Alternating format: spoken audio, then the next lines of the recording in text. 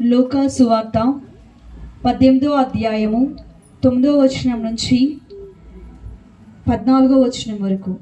లూకా సువార్త 18వ అధ్యాయము 9వ వచనం నుంచి 14వ వచనం వరకు.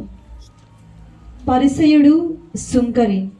పిమ్మట యేసు తాము నీతిమంతులమనియు తక్కిన వారు నీచులనియు ఎంచుకొని కొందరిని ఉద్దేశించి ఈ ఉపమానమును చెప్పెను. ప్రార్థనకై ఇద్దరు దేవాలయమునకు వెళ్ళిరి. ఒకడు పరిసయుడు, మరి ఒకడు సుంకరి.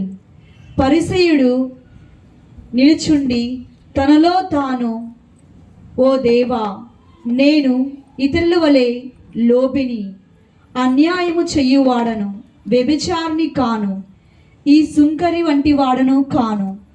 అందులకు నీకు కృతజ్ఞతడను.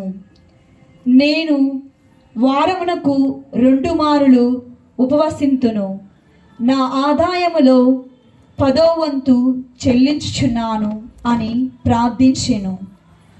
సుంకరి దూరముగా నిలబడి కనులైనను పైకెత్తుటకు సాహసింపక రొమ్ము బాదుకొనుచు, ఓ దేవా, ఈ పాపాత్ముని కనికరింపుము అని ప్రార్థించెను.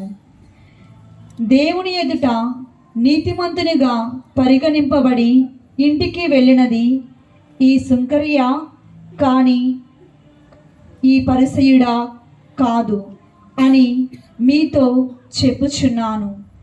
ఏలైనా తన్ను తాను హెచ్చించుకొనువాడు తగ్గింపబడెను, తన్ను తాను తగ్గించుకొనువాడు హెచ్చింపబడెను.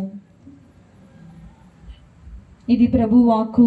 సర్వేశ్వరునికి వందనములు.